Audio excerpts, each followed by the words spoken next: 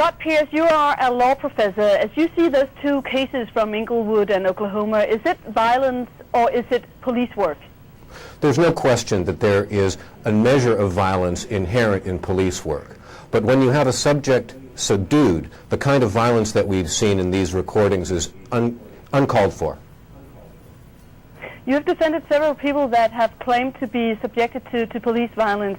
What do you think is the main reason for the violence? I think the main reason for police violence is a culture of violence that exists in law enforcement in most American big cities.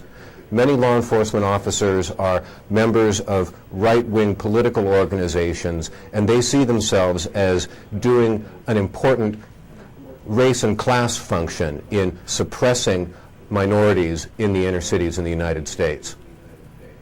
And in what way does it happen? Well, there's a systematic effort on the part of law enforcement to crack down in big cities on poor black men, and the drug war is used as an excuse for this. And as a result of tactics that have been in place for really a generation in the United States, a substantial percentage of black men in all American cities are caught up in the justice system.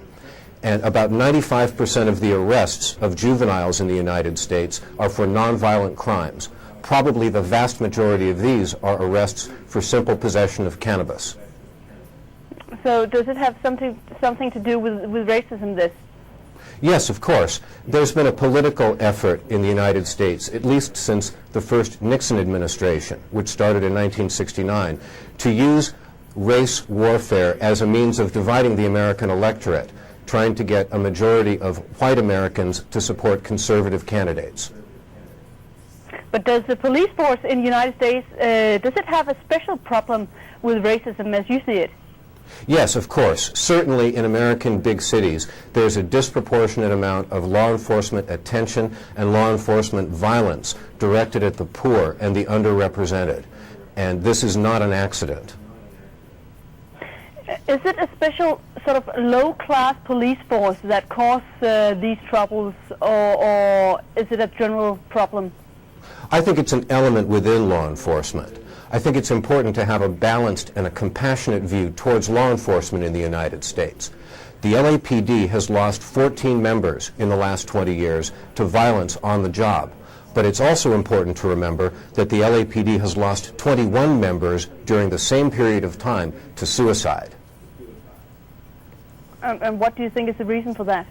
We ask law enforcement officers to do unreasonable things, and we place them in a position where they are an isolated group within the community rather than being a popular element within the community.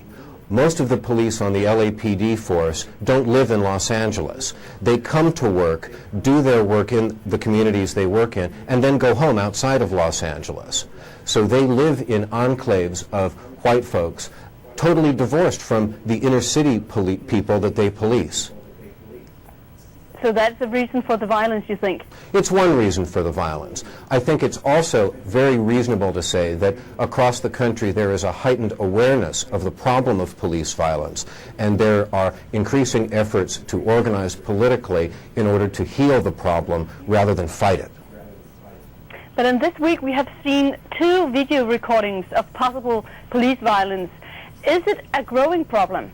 No, I don't think it's a growing problem. I think it's a problem that's been level for some time. It's important to remember that 30 years ago, almost 40 years ago, there was a very careful government review of riots in Los Angeles called the Watts riots, and police violence was found endemic back then. Then, after the Rodney King beating and the riots that followed the acquittal of the police officers involved in that case, there was another high-level commission designed to study Los Angeles police violence. And again, violence was found to be an endemic problem. I think that one of the things that we've seen over the last 15 years has been the development of cheap, good video cameras. If those cameras existed 40 years ago, we'd have old clips that we'd be able to show about these stories as well.